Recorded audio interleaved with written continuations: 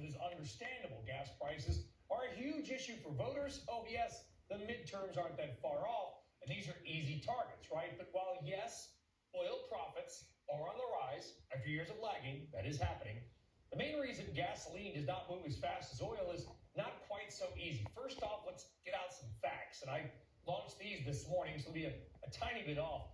Oil began the year just under 76 a barrel. It is now just back over 100 for a gain of whatever, 32%.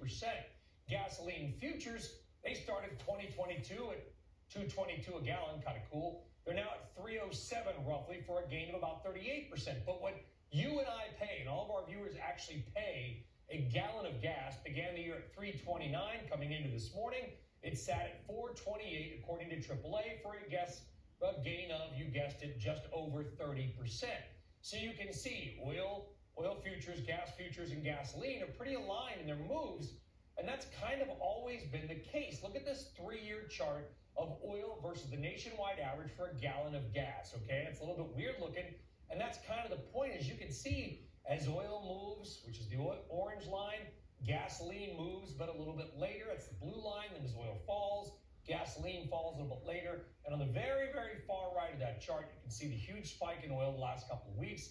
Gasoline, of course, followed it up. And now oil is on the way back, or at least it was until this morning. So some prominent DC types are railing about why gasoline prices aren't falling just as fast. Well, it's not complicated. Here's why. The oil prices, Kelly, that we show our viewers are just contracts to maybe buy oil next month. It's just a piece of paper, and it's 1 month out. But the gasoline we put in our tanks is a real tangible thing. It is not priced for delivery next month. It is bought in giant loads, hundreds of thousands of gallons every day by distributors from refiners, and then from distributors to gas station owners. So once you buy tons of gas, you're stuck with it at that price. So let's say you happen to buy about 100,000 gallons of gasoline, which is a normal gas station, at about $4.50 a gallon last week. Now gas prices may be under that. You're hosed because the station owner down the road timed it better. She bought at a lower price and now can sell gas at a price that would make you lose money. But now, of course, you have to sell at a loss because you got to drain your tanks to buy more gas at the new lower price.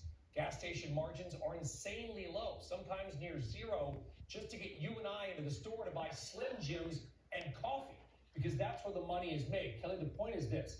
That owner who just sold a ton of gas at a loss, yes, will use other times to keep prices higher for as long as they can, because they know another loss may be just around the corner. Is there some gouging going on by bad actors on the corner gas station? Of course there is, and you should call them out. But mostly, for most of these folks, it's just called trying to survive. It happened to my family with our California gas station in the 1980s. But if you don't believe me, go ask a local gas station owner. They'll tell you the same. Or by the way, Kelly, how about this? When oil went negative, was anybody asking why gasoline prices also didn't go negative? Of course not, because oil and gasoline, while connected, are ultimately pretty different markets. No, I appreciate